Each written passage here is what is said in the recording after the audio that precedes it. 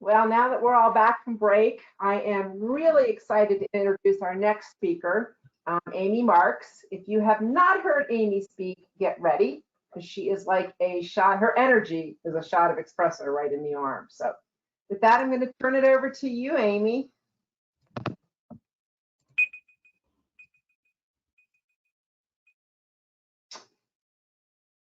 Amy, we can't hear you. Steve, you may need to help her with the same trick you gave me. For sure. Nope, I got it. I just needed to get everything showing it all at once. Okay, great. All right, I think we should get this together, right? We got this together. Let me just make this small so I can see all of you instead of myself. Well, thank you guys so much.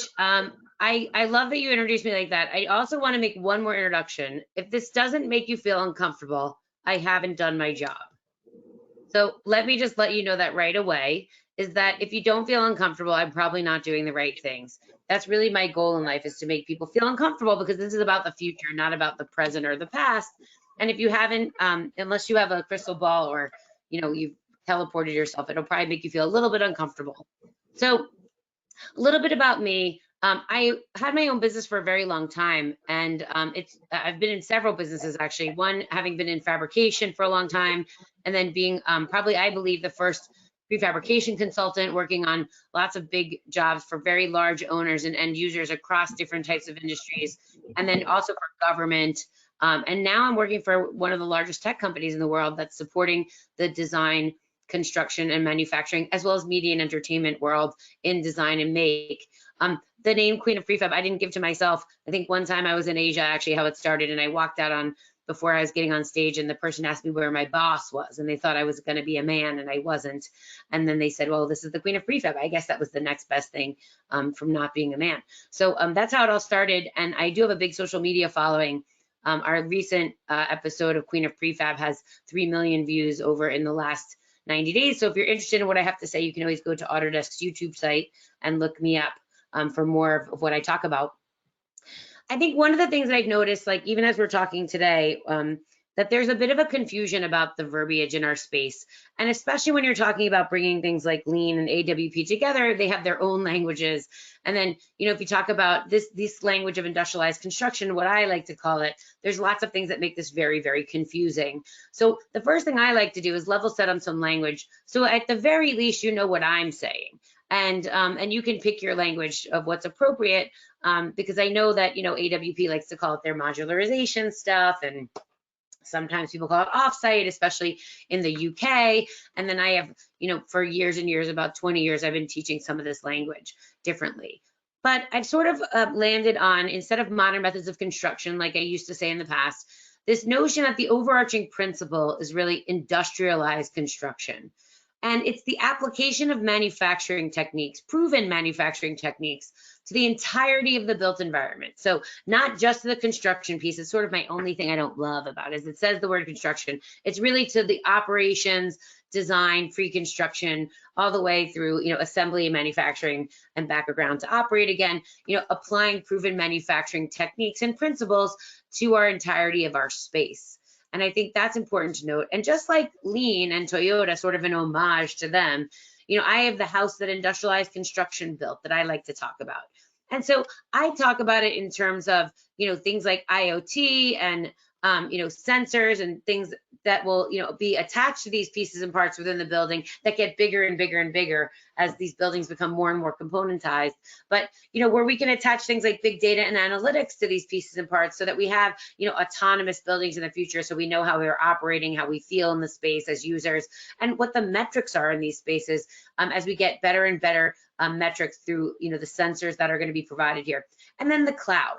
You know, if you haven't noticed, like Autodesk a couple of years ago moved a lot of our product to the cloud, including our construction product in, you know, Autodesk Build. And what's important about that is people can have access to it. So stakeholders can get to things quickly and use it without having to sit at their desktop. I don't care what products you're using at the end of the day, but if the last 2 years, if you were chained to your desk or the job site, you had a problem, right? So the cloud is going to be important for us, not just in having access and resiliency, but connecting this data. And so not lean construction, but I'm trained in lean manufacturing as well as lean construction. I think we need to put the manufacturing back into lean. So what ends up happening is you take a lean manufacturing, concepts and you bring them over to construction. You have people that are very interested in the site work, look at them, who are not manufacturers. We sort of lost the essence of the manufacturing side of lean when we moved over to the lean construction side of things. And so my goal in lean construction is to put the manufacturing word back in there and create more proven, more certain, predictive sort of things and analytics, and bring more manufacturing informed design and construction in that space. So I'd like to see our tools become less trade centric and more manufacturing based, the way they were intended to.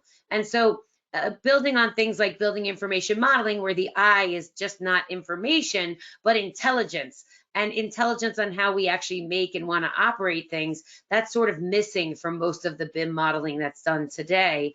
And if it was there in the beginning, we're changing it so that it disappears somewhere downstream. And then people are talking about DFMA, depending on where you live in the world, as the whole process, part of the process, the design for manufacturing and assembly.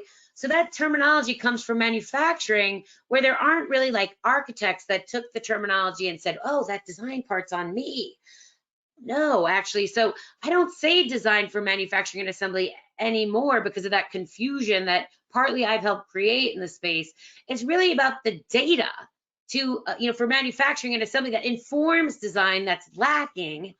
A lot of this is after the fact. And so this data for manufacturing and assembly, and I've decided in my lifetime, the way to enable it is not through people only, where I go to the front of the process like IPD, which I've done a lot.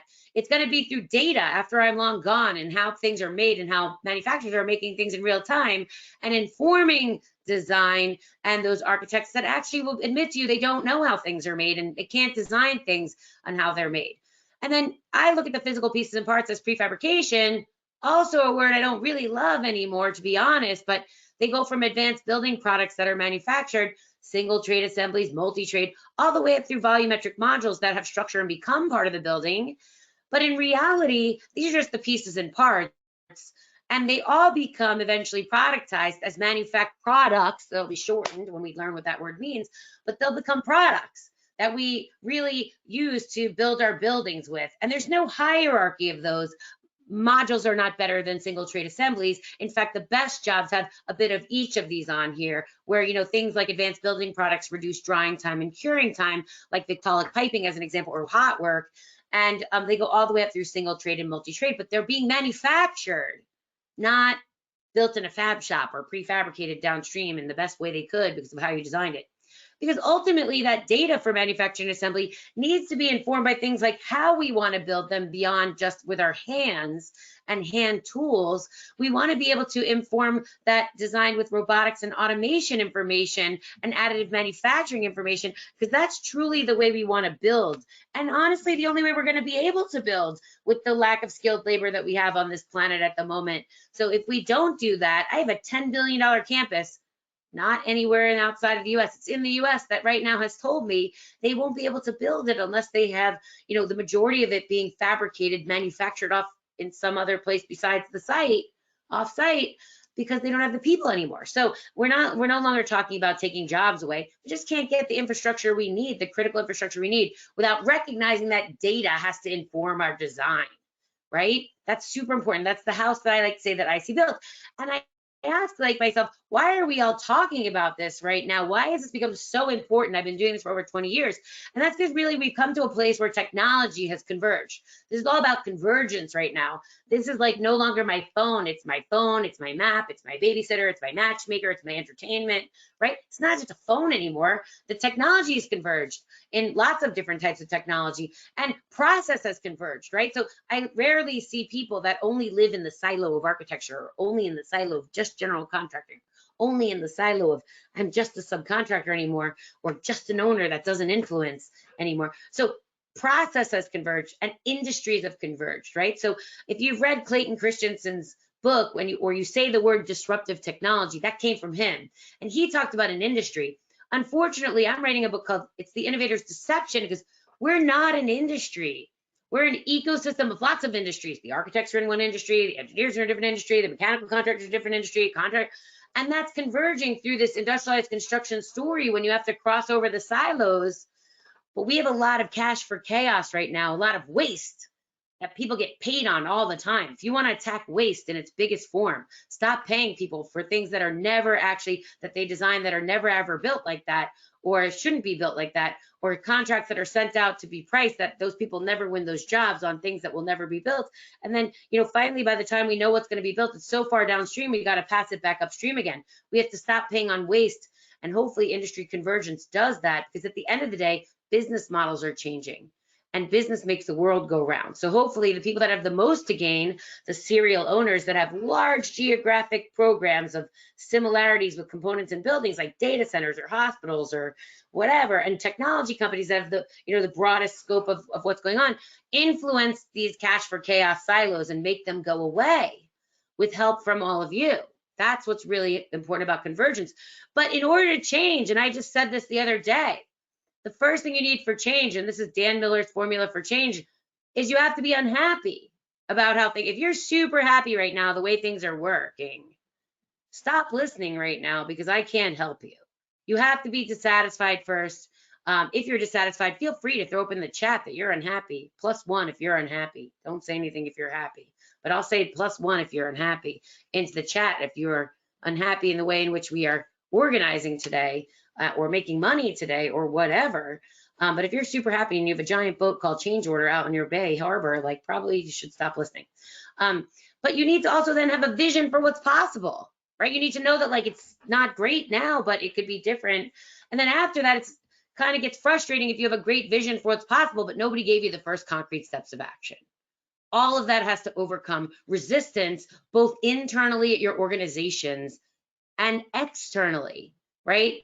So that is really, really important that you recognize that that's got to be greater than resistance to overcome that change. So I wrote this transformation framework because I was curious why people don't change faster and what stops them from changing.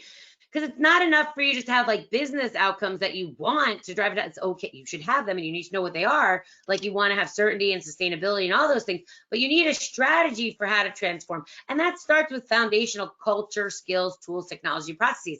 The best way I can describe this readiness, and if you talk to some of my friends that are probably here from the lean side, in manufacturing readiness, my favorite example is you can't really put a 6-axis arm robot, a level 4 robotics and automation piece of equipment into a warehouse if you're not set up with the right people and skill set and preventive maintenance schedules, and if you don't have the right designs to actually build something with that robot, because if not, then it just becomes a very dusty piece of equipment that makes scrap faster, or is very dusty like my treadmill in my bedroom that I just hang clothes on. So it becomes a very expensive clothes hanger. The same thing goes for your technology. If you don't envision that becoming connected at some point, you don't have a plan for that business architecture, right? It won't work. And culture is very important too. It's probably the most important out of all those things. The second thing you have to recognize is productization. So you have to productize things both physically and digitally. That's important because we're trying to do that to create data reusability, right? So you have to productize the physical piece parts, but then also the workflow that continually, consistently goes down, so you can improve upon that workflow. And it's hard to improve upon a workflow if you can't attach it to something physical, right? So after that, once you've productized things and you know the workflows, you can digitize them, hopefully automating them and removing steps. And then you can connect them all because you have more than one product flowing. Lots of hundreds of thousands of products actually make up a building. So you can connect them with some platform thinking, hopefully enabled in the cloud, because if people are strapped to their desks and they have to download entire models to fix one thing, we have a problem. And we're doing this so we can start optimizing. I will tell you that industrialized construction is an optimization. Unless you have all these other things, you really can't use industrialized construction to its benefit, to its full benefit and potential. Just like generative design, you need productization to do generative design. You need IoT and productization to attach sensors to for digital twin. And we're not doing it just for, I would say like environmental circularity, but digital waste leads to physical waste exponentially. And we need physical reuse right now because we have tremendous waste, and I'll go through what that's causing. But digital waste maybe my architects will hate this. Most of them like it, but you should be judged on everything you never have to draw again as an architect and an engineer, not on how many things you draw per minute, right? So let's try to start thinking about how many things we can productize and reuse, data reusability, so we can have digital and physical reuse after we optimize them. So what's my mission in life and our mission in IC? I always say, the first level of data we want to enable is manufacturing informed design, where the I in BIM really becomes intelligence and not just information. Because everybody wants those outcomes, that we want to enable outcome-based design and better construction and manufacturing and just better operations in general, right? Because we want better business outcomes, more sustainability. And that's really important. And we do that through our capabilities here at Autodesk and thought leadership and really convergence and validating all these workflows that everyone's doing, because it's not just one product. If anybody tells you one ring to rule them all in IC, throw them out of your office, because that's just wrong. It's not right. It's like, there just will never be. It's about platform.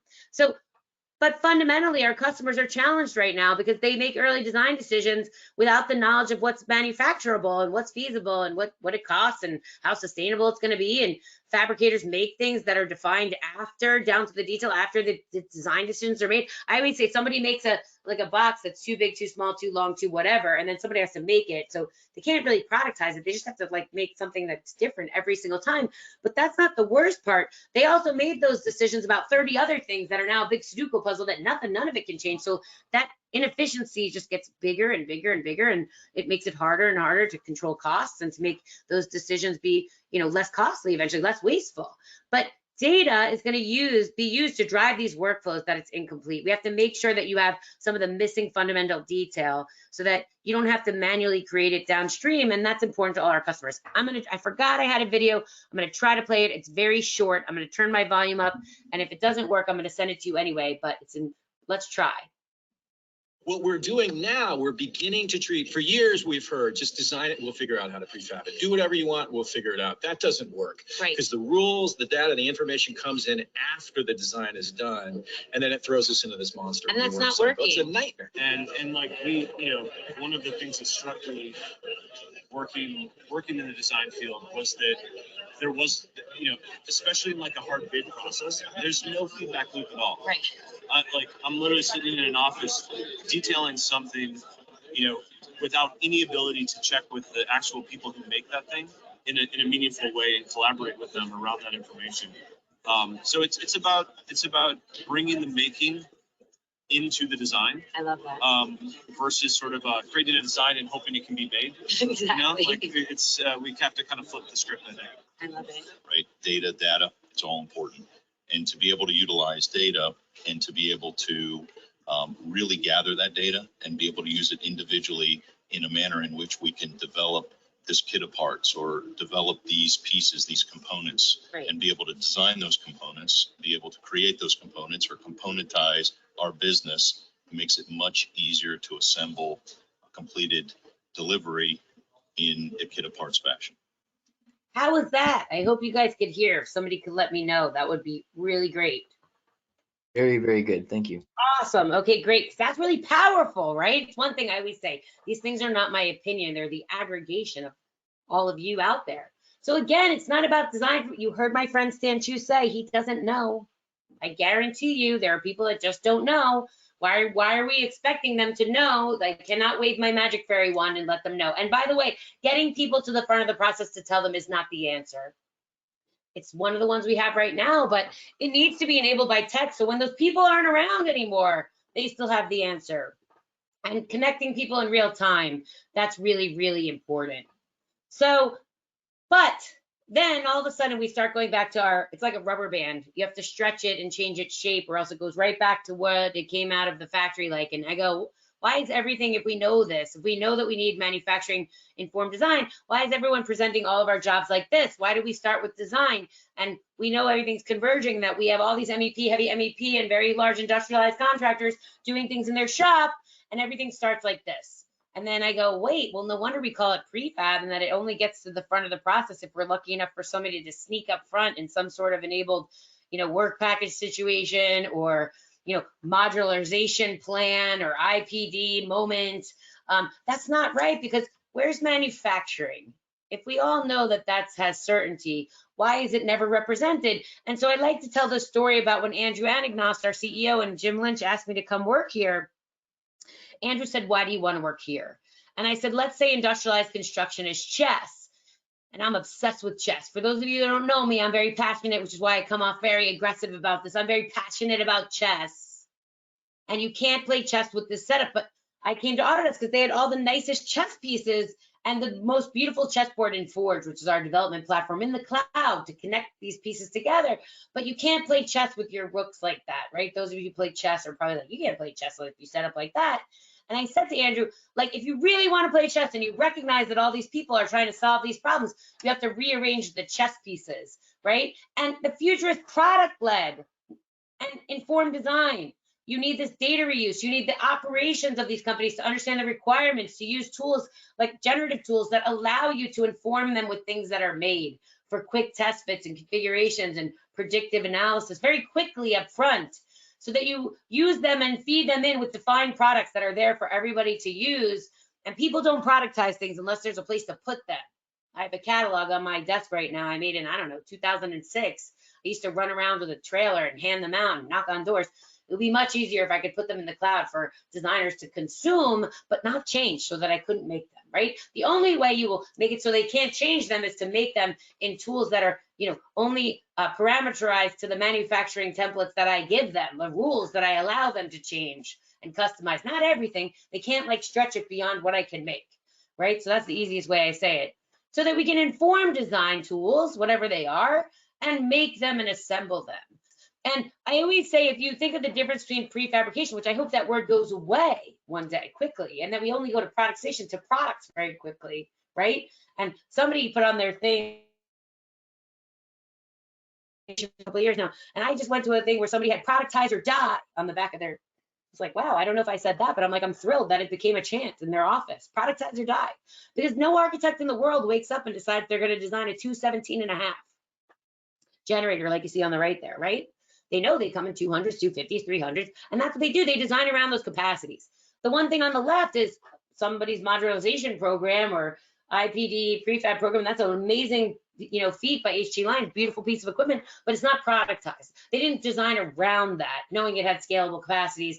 And did I just tell HT Lines we want it to fit in this space and do these things? And that's how it happens. But that's not, you have to ask yourself every time, if it's something like a generator, you productized it. It's a product. If it's not, you probably haven't. And there's a whole bunch of stuff we do around productization and different workshops that I lead. Because we have to stop conceptualizing and designing and building and pricing and doing snowflakes. It's just killing us. Killing us. It is killing us. It's why we don't have certainty in our ecosystem. It's why everything looks a little bit different. Squint your eyes. It's why we need people to the front of the process. We have to stop with snowflakes. And we need to move to a more productized mind, to a product mindset, and stop making these things like one only or squint your eyes, sort of repeatable, a couple things, but I still need the person to come up there and talk about it. We need to define them, utilizing technology, manage these things and optimize them. That sounds reasonable, right? If you're a manufacturer. So what do I mean by that? This multi-trade assembly needs to be dynamic. It needs to be scalable. I need to understand what constraints it has within making this manufacturing piece part. And I just used that particular part right there. Some product engineer first has to productize it and make it available to inform design. And they can then customize it and design, because I hate when people say, well, everything's not standard in construction. That's why we don't have products. Well, guess what? They don't have to be. That's why we have parametric design and things like Inventor and Fusion. You can set rules and parameters, and they can only change what you allow them to. But see this little asterisk, constraint to ensure manufacturability is the key there. Can't stretch it any longer than they can make it. And then, at that point, then we can automate, and get lots of different outputs for different projects. But first, product, then projects. Not projects make products. It has to be product led. You have to create these things up front, even when you don't have a job. And so productization is basically like the bridge between design and make. And that's what it is for our construction world. It has to inform designs and make sure that we understand all the variations. And I think that's really important. So, and also I want people to be able to use it that don't know things like, computational design. We should make it easy for people to actually customize them, and so that they can get a wide variety of information, because I don't want them to have every bit of it. Maybe I think I have secret sauce in the thing that I've productized, and Actually, every architect doesn't need secret sauce because then they can just give my secret sauce to everybody. They don't necessarily need all that up front if they're just giving it, for a bid purposes, but at least it interacts and acts the way my end product uses, and they have cost certainty and schedule certainty and scalability. I should be able to give them some level of abstraction that's only necessary at different times, and who owns those things and who controls the ownership is in your contracts, but at least I can modulate that in some sort of text so that they get permissions and access to those things, right? It's really going to deliver value if you can move away from products and thinking about prefab to something like platform where you have, information that's connected for a more sustainable world for everyone to have better business outcomes. That's important. I told you I was going to talk about sustainability. 40% of the solid waste in our landfills come from construction. Productization is the single most important thing you can do for waste avoidance. Period, end of story. If you don't build it on site and you actually have it productized, even if you built it in a factory and it's not productized, you still have lots of waste, right? So if you manufacture things, we have very little waste. We actually, authorities having jurisdiction around things like, green buildings and sustainability, they actually don't usually give you any points for waste avoidance. We only get points for waste sorting. That's a problem. We should productize things and not actually create any waste. And you should get extra points for that instead of just sorting them, because we ultimately want to reuse things and create a circular economy, right? So hopefully I showed you some things. I want to leave a lot of time for questions for you guys and challenges. I know we're going to have them. And so I promised I would leave some time today for questions. So let's just review some things very quickly, right? You need to have outcomes that drive adoption. You want to do this for a reason, whether it's safety or risk reduction, understanding that you want to create better products if you're somebody that's making things, holistic sustainability, right? By the way, not just environmental, but you want to bring young people and diverse populations into this space, add tech to what you're doing. Digital natives love tech. They don't want to come and cut things and, break things with their hands only. They want to use technology every single day, and that will bring them into this space. Business growth right now, you've got people like McKinsey saying in the next, I think it's now 12 years, that 45% of what we have is going to be moved to industrialized construction. What happens when you move 45% of any, I don't know, $500 million building to be built in this way of productization? The other parts of it have to actually understand how to accept it and adjust to it. And so at that point, you're way past the tipping point. And right now, you even have 3/4 of all the MEP subcontractors in the US at least do multi-trade, and most of the top 300 guys only fabricate. And you have 2/3 of all general contractors in the US have experience with multi-trade. So all those places that have heavy MEP integration have pretty much all moved to prefabrication at this point, and they're evolving some of that to products for better business growth and certainty. So think about your organization right now, because I like people to really think. Are you missing some, I missed my word culture there, some culture, skills, and tools or technology that you might be missing, any processes that you think you are missing today that are going to get you there? By the way, I find most of the people that don't want to change, I call them my resistance personas. It's not because they're jerks. They're usually just frustrated that they can see a better way and they don't know how to get there, or they don't see themselves in that future, so they stop you, right? Or there's some other reason that they're a resistance persona. You have to kind of figure out why. Why are they a resistance persona? And then what do you currently do in your organization that's productized right now? Workflows, pieces and parts. What do you do every day that you do the same way over and over again, regardless of what, of the scalability of that piece part? Really think about that. I can tell you some of the best people in the world that have very large facilities are working their way through the productization piece, where they may have like 20% of their facility productized. If they're lucky at this point, 45%. I know requirements come up all the time in heavy MEPs, things like pharma and semiconductor or industrial, where they want 85%, to be productized. I don't see too many getting up into that realm, but some do, and they're all the big owners want to get there, right? Because that gives them certainty of supply chain and all of that. So and about cost and schedule. So productization is going to be really, really key. And then how many of those things that you're productized live in someone's head? Or do they live in technology? Or do they live in some computer? Or do you have to go look up some job you did it on? Any of those answers are all not the right answer, hopefully. And that's important for you to recognize, that you want to make sure that they don't just live in people's heads, but that you're digitizing those, because you want to track them, right? You want to use them, and you want to enable automation and connect those processes so you can use more than one of them at one time, right? That's really important. And I think it's almost, again, having to do with lean, you want to keep redoing things so you can remove waste every time you do it. It's really hard the first time you do something to remove tons of waste. You're not highly practiced at it. It's like saying like the first time you use a welding robot, you're going to be better than the welders that are doing it by hand next to you. That's not true. I hate to tell you, most of the welders laugh at the first day you open up the welding robot because they're like, they don't even know how to open up the box at this point or how to load the software up.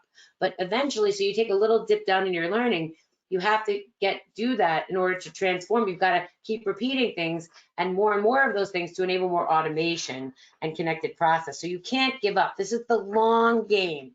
We're in it for the long game. Every one of those jobs that Peter showed you and that Michael showed you, they learned lots of things the first time they did it.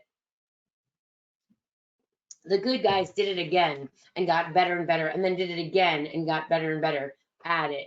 That's really important. It's like baseball for all of you that are baseball fans. If every record had an asterisk, what would be the measure of performance? We wouldn't know.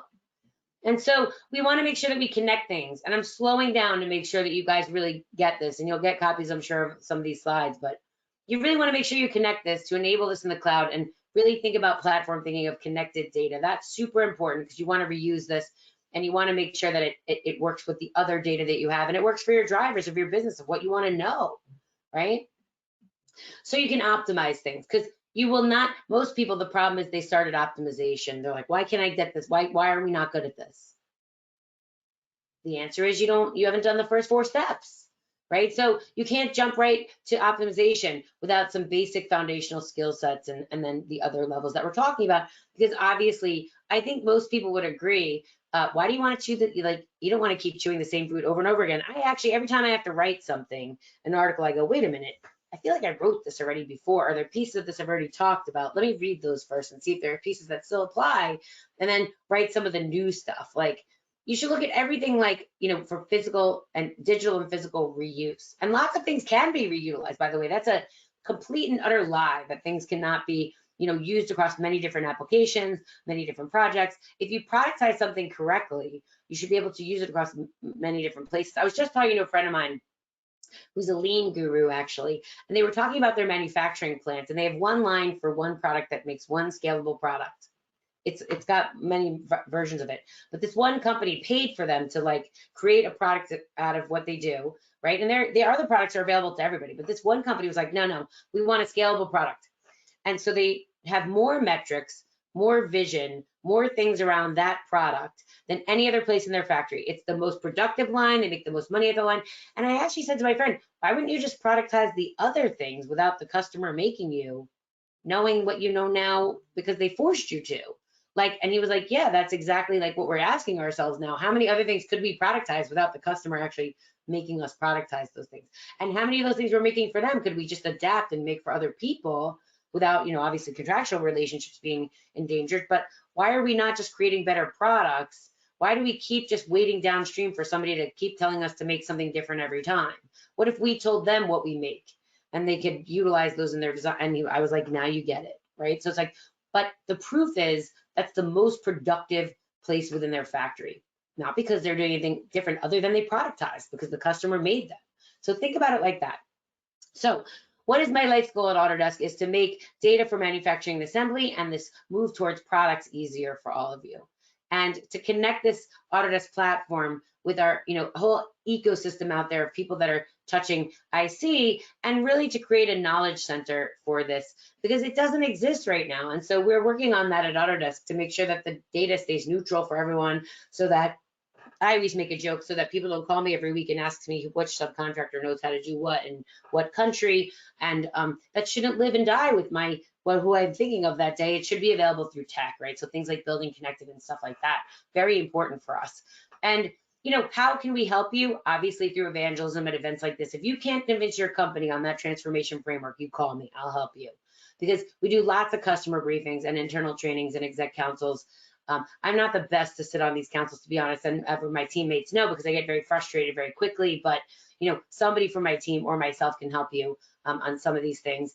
And definitely in product, we do lots of beta tests, like including Inventor to Revit connections right now, but workflow mappings where I really need to partner with a lot of you so that we have better platform integration. And if you have some secret sauce, built on the Forge platform or some software that you think connects to our platform in a meaningful way, we want that, like to work with you and help you in some way if that makes sense.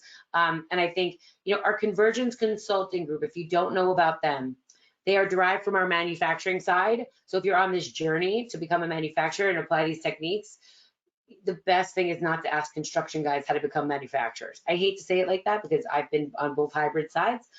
But we do have a manufacturing team with sprinkled in with AEC so that it's not just, you can't have one or the other. That's why it's called convergence. And we do have some really great research projects. I'm looking for cool research projects we can get involved in. So if you have something cool that you want to test out and understand for the future, call me, because we have these great technology centers where you can also be a resident in those programs, even digitally at this point. So this is me. You can catch me anywhere on social media, and definitely at Autodesk University coming up. I'm teaching like 7 classes, including a TED Talk on productization, which is very different than this talk. So if you follow me on LinkedIn this week, or you watch my Queen of Prefab show on the YouTube channel over at Autodesk, I have a playlist over at the Autodesk one, like definitely reach out to me. I try to answer everything that comes through my LinkedIn, everything that comes through my Instagram. I'm not on Peloton as much as I'd like to be, but I try to answer everybody back.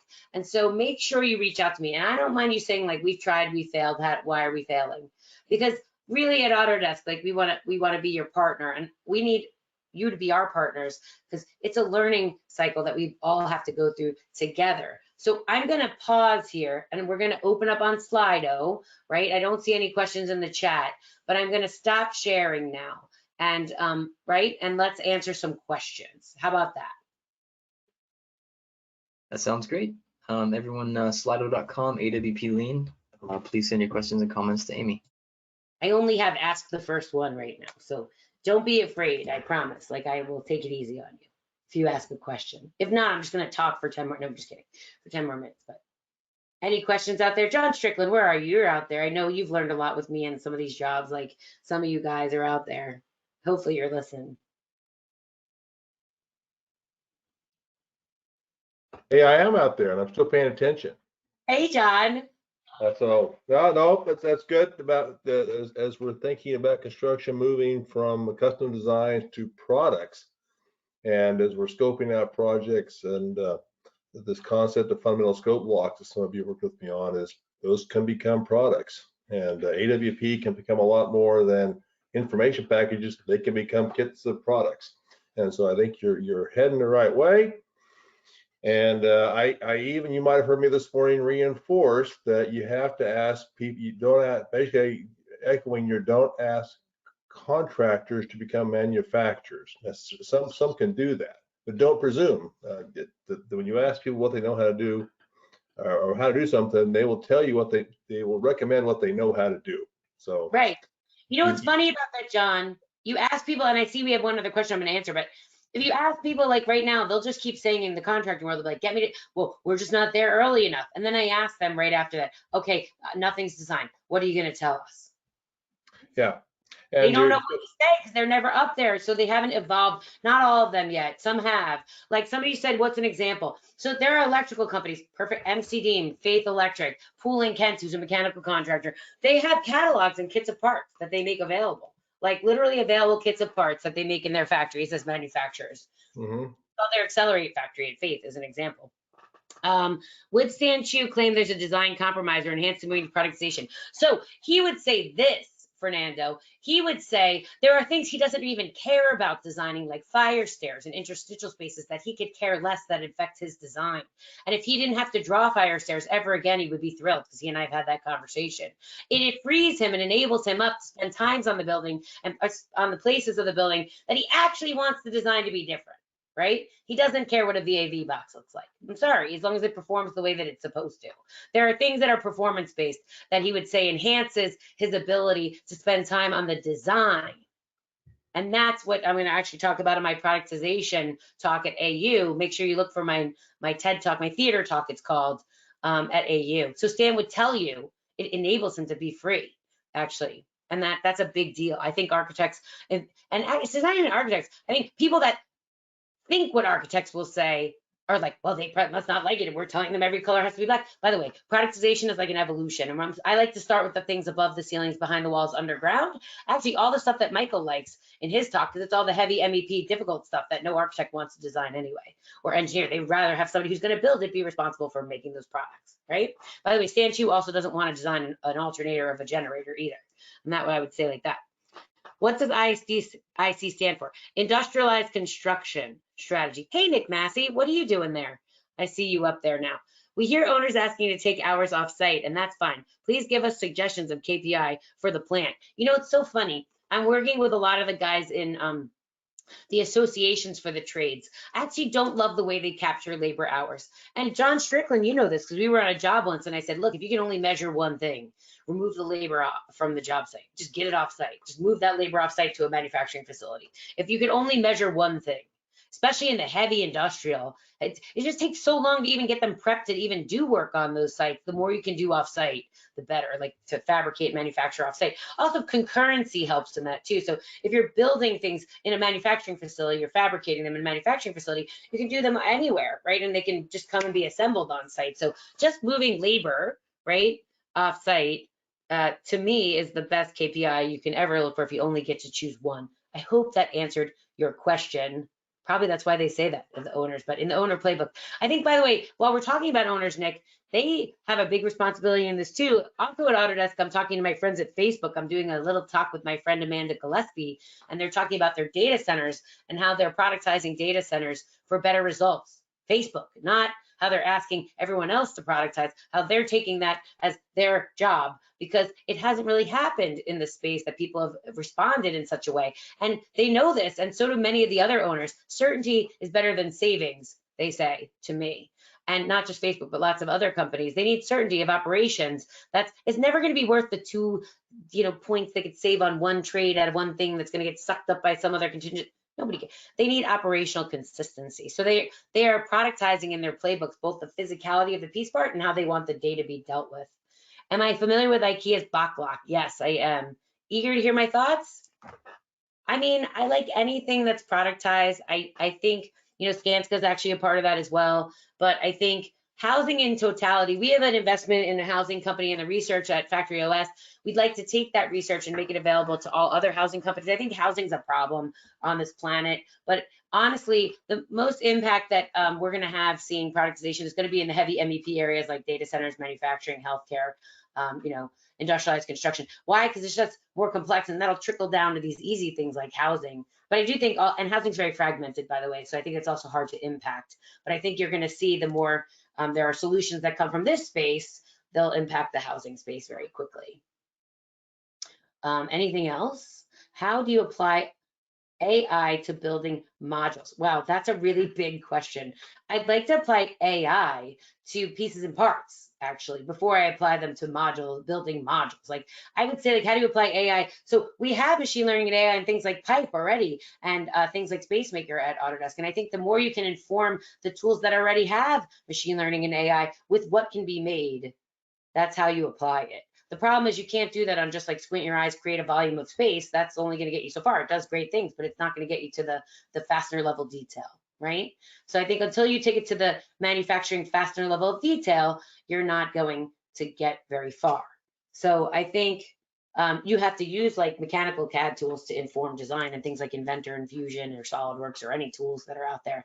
But at the end of the day, they have to connect to the design tools people are using right now to design buildings, and also to follow it out into the field with things like, Build, Plan Grid. We've evolved, our Build, Autodesk Construction Cloud tools to include things like, takeoffs and stuff like that. And also, the field stuff that really you can track it and then pull it back around to understand the assembly methodologies of these things. That's part of that level of data.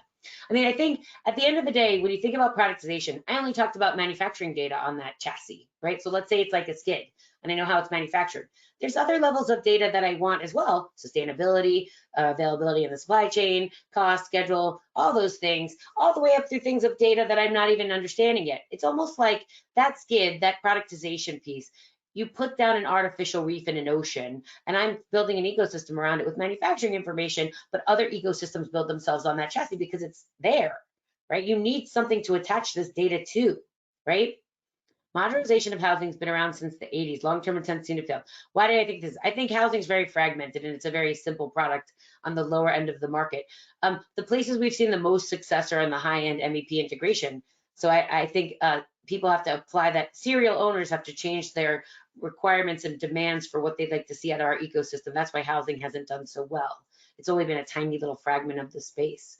So most people think I'm against prefabrication or modular house. I'm not. I just think, you know, it's not the place I want to start, because I think you can't impact change the way you can with things like data centers or manufacturing or industrial or, you know, all the things, hospitals that have heavy MEP integration, because those people have already productized.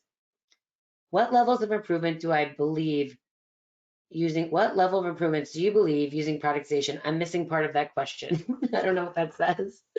What level of improvements do you believe using product will give me?